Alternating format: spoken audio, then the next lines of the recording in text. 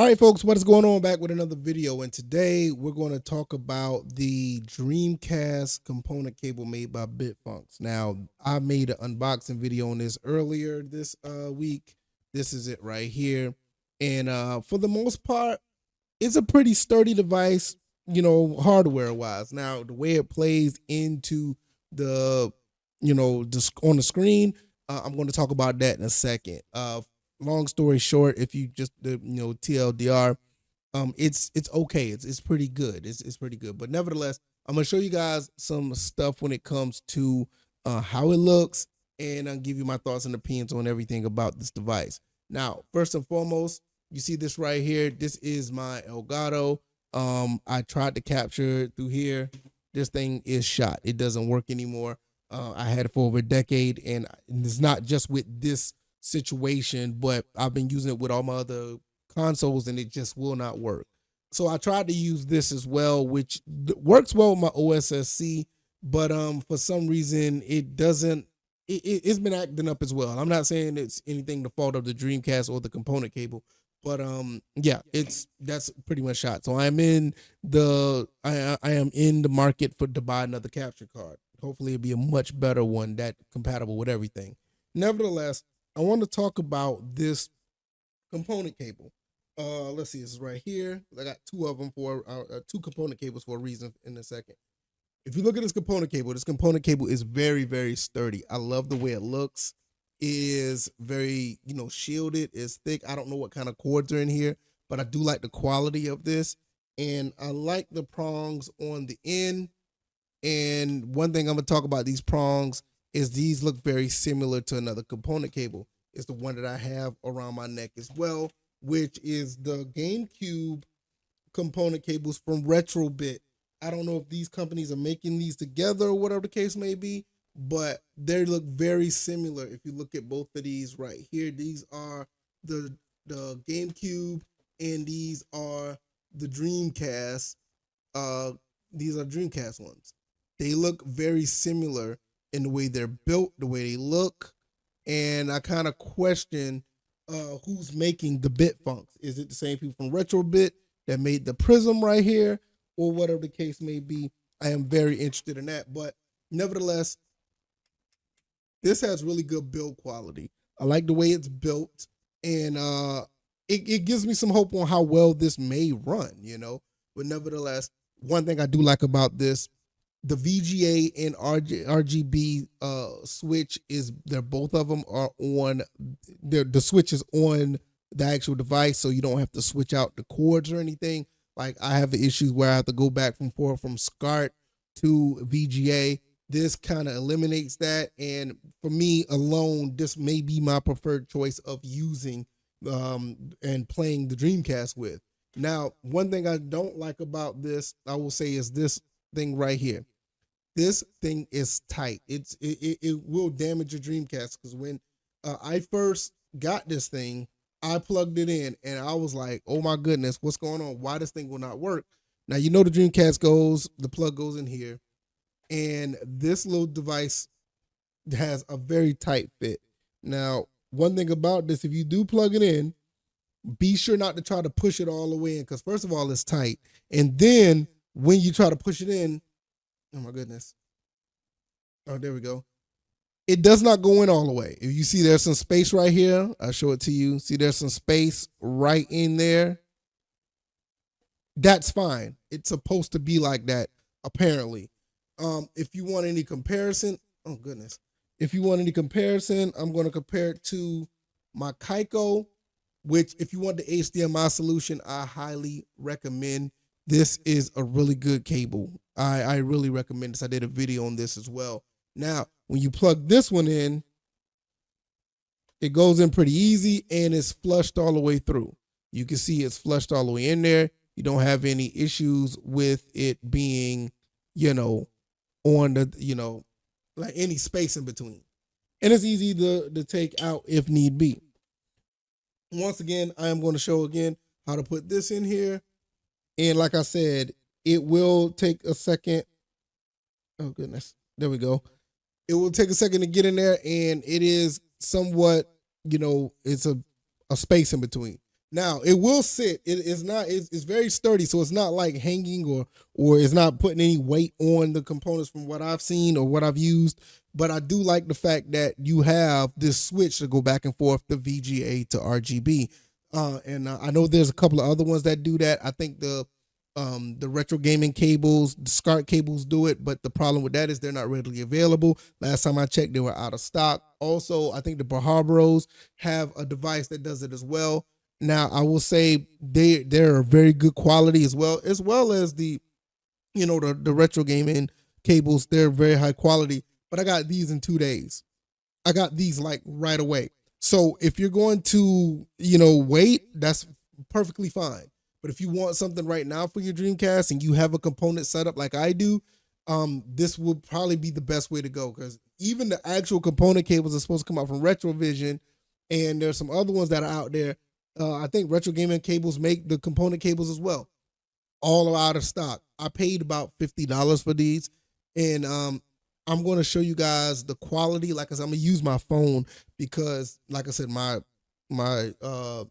what you call this, my capture cards are just shot, and I feel like if I use my phone, it will basically show you what it looks like with like you're sitting here with me, because I got a pretty good phone. I think the quality is going to be pretty good, so it's not going to be a situation where it looks bad. If it does, I will take that in consideration and we'll go from there. But we're going to look at one of my favorite games that I always like to use to test is Dead or Alive 2. Phenomenal game. I love showing off this game when doing comparisons or just showing off the devices itself, and we'll just go from there. So hopefully you guys sit back and enjoy the content, and I appreciate you guys for coming through. All right, guys, I am capturing this through my OSSC, doing the VGA mode with the component cables, and like I said, it's working with my component setup, and I have it up right now. Now, one thing you're going to notice off the rip, once you see this, there's going to be direct pass through, just to let you guys know. So there's no line doubling or anything. It's direct pass through 480p through component. Now, if you're looking at this right here, do you see like these lines and this stuff jumping right here? Oh, I'm sorry. That's the, okay. Let me fix that. There it is. It just refocused. But do you see the lines that are on the screen right here?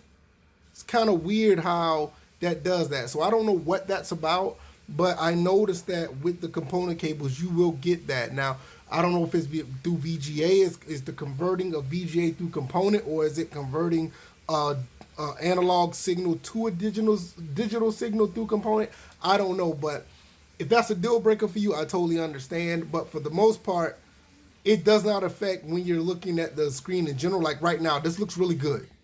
That looks good. But for some reason, those lines are there. I don't understand why those lines are there, but you can see it like they're popping green or whatever the case may be. Kind of weird, but I'm going to go into sparring so we can look at this back and forth. Dead or Alive is one of the better games I like to use, but if you're looking at this, it does look pretty good. I mean, it does not look bad at all. But for the most part, I don't like those green lines. There's something it bugs me a little bit.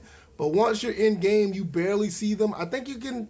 Do you see them in the back? Yeah, you still see them. It's an overlay of some green lines are there, but the quality of the game looks really good. And like I said, this is in VGA. I'm going to switch it over to RGB, and I'm going to give you a look at what that looks in RGB as well. Now, RGB will be 1080i pass through the OSSC. So, like I said, if what you see is what you get. If you're going to get this on a flat screen, if you have component cables, component input, you will probably you will get the same thing. I will say that because I had that same issue, but I have it on this is my gaming setup, so it has it going through the OSSC like I have all my other stuff.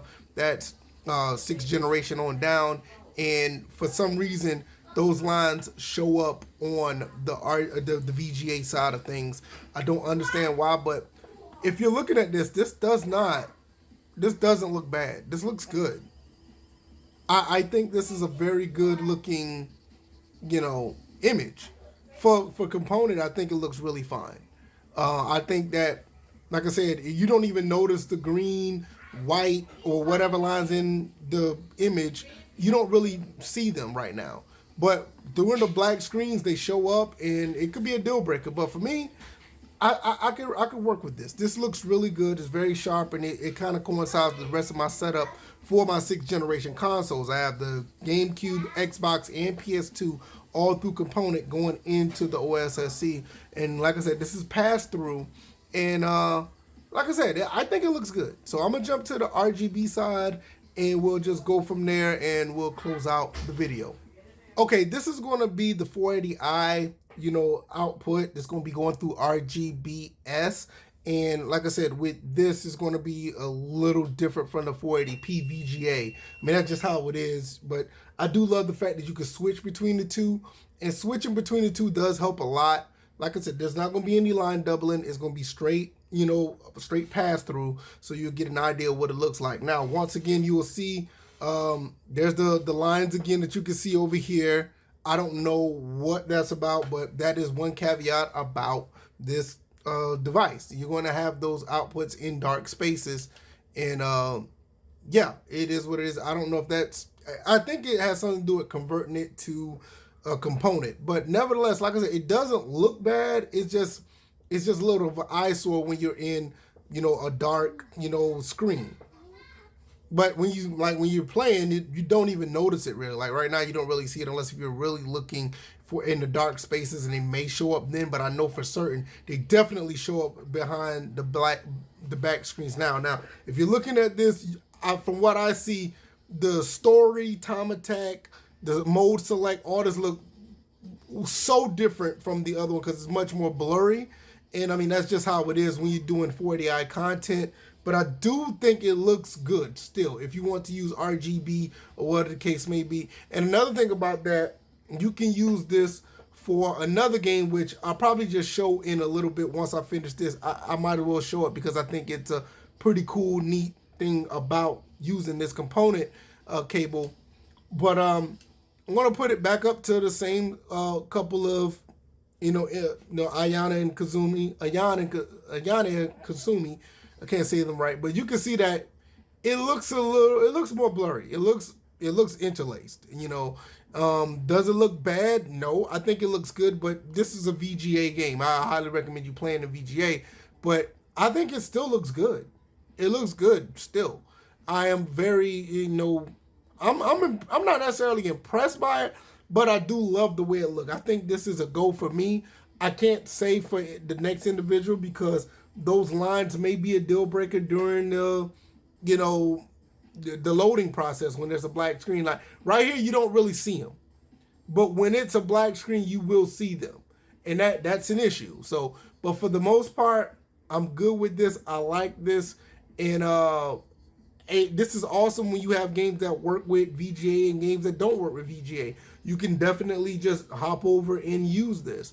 Now, as far as using this versus the Kaico, I don't think it's too much of a difference, to be honest, when you're using just straight VGA. The VGA and the Kaico kind of looks the same, but I feel that this looks pretty good for the most part. Now, what I said I wasn't going to do, I'm going to go ahead and do it. I'm going to change out this, and I'm going to put the VGA version of the Kaico in, and I'm going to show you what that looks like. And also, as a bonus, I'm going to put in King of Fighters Dream Match 99, a game that does not work with VGA at all, and just show you what that looks like through the RGB process. So if you like this, that's pretty cool. And I'm going to jump over to the Kaico so you guys can see that as well.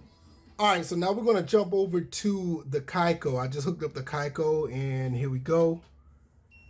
The Kaico cable, in my opinion, is probably one of the best ones to use.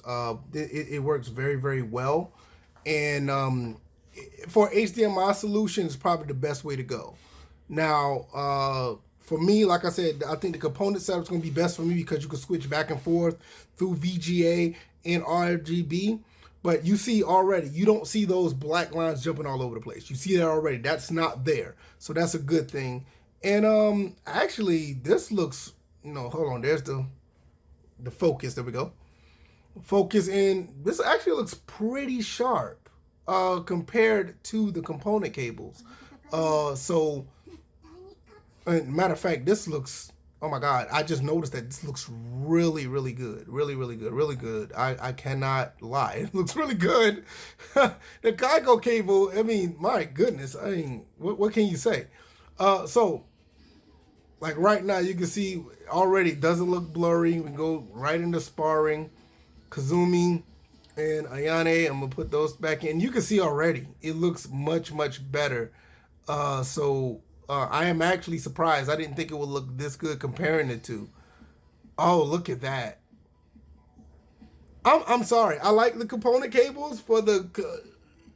I like the component cables because of what it can do back and forth as far as the RGBS but man, this looks good. I mean, come on, man. This is almost not fair. It's not fair. This is not fair at all. I mean, the aspect ratio looks slightly smaller, and I mean, yeah, it looks a little more confined, and it just looks a little more cleaner. It literally looks cleaner. Now, don't get me wrong. I think the other one looks good. The VGA version looks good as well, but the Dreamcast just reminds me why it is what it is. This just blows me away on how good this looks. This looks absolutely amazing. I can't lie.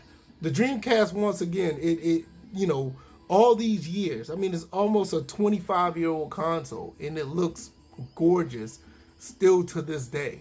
I don't know what else to say, but yeah, the Kaico's killing it. But I'm going to jump over to back over to BitFunx, and I am going to put in King of Fighters Dream Match 99, a game that does not use VGA at all, and it's 240p as well. So I want to see how that looks. But man, this is awesome. This looks really good. I'm sorry, So yeah, all right. So let's just go from there. Okay, last but not least, we're going to look at King of Fighters Dream Match 99. This is the game right here.